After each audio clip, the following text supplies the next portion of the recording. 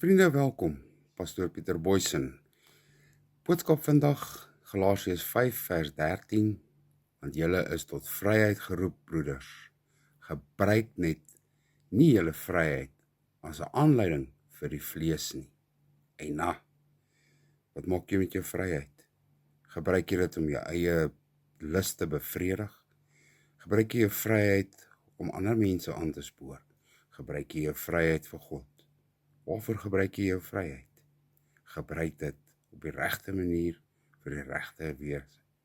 Gebruik dit om God se naam groot te maak, om God in alles te dien en te eer. Vryheid is vir ons gekoop deur die bloed van Jesus. Ons is vry van hierdie wêreldse dinge, maar ons moet dit nie gebruik tot eie gewin nie. Gebruik dit om die koninkryk uit te bou, koninkryk op te bou. Mag julle 'n geseënde dag hê. Mag die genade van God, die liefde van Jesus en die leiding van die Gees met julle wees deur hierdie dag.